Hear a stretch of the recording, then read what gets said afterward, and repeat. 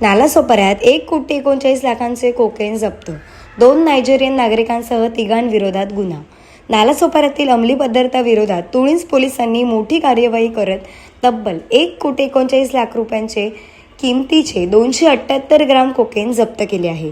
नालासोपारा पूर्वेतील हाय station रोडवरील प्रगतीनगर परिसरातील तारानगर बसेरा अपार्टमेंटमध्ये अंमली पदार्थ विक्रीची होत असल्याची गुप्त माहिती पोलिसांना मिळाली होती. त्यानुसार पोलिसांनी संबंधित ठिकाणी छापा टाकला असता रूम क्रमांक 409 मधून पिवळसर आणि पांढऱ्या रंगाची दाणेदार पावडर जप्त करण्यात आली आहे. अंमली पदार्थ शोधक किटेकद्वारे तपासणी केल्यानंतर हा पदार्थ उच्च दर्जाचे कोकेन असल्याचे निष्पन्न झाले. या कार्यवाहीत पोलिसांनी 278 ग्राम कोकेनसह 2 मोबाईल फोन आणि काही महत्त्वाची कागदपत्रे जप्त केली आहेत. जप्त करण्यात आलेल्या कोकेनची आंतरराष्ट्रीय बाजारातील किमती सुमारे 1,39,00,000 असल्याचे सांगण्यात येत आहे.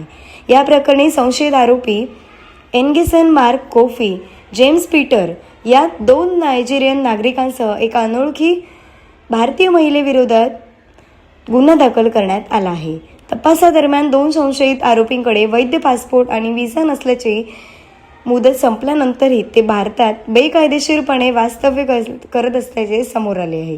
तुळींज पोलिसांच्या या कार्यवाहीनंतर नालासोपारा परिसरात सुरू असलेले अंमली पदार्थांच्या आंतरराष्ट्रीय रॅकेटचे धागेद्वारे उघडण्याची शक्यता व्यक्त केली जात असून या प्रकरणाचा अधिक तपास सुरू आहे. ब्युरो रिपोर्ट, सिंधू प्रभात, नालासोपारा.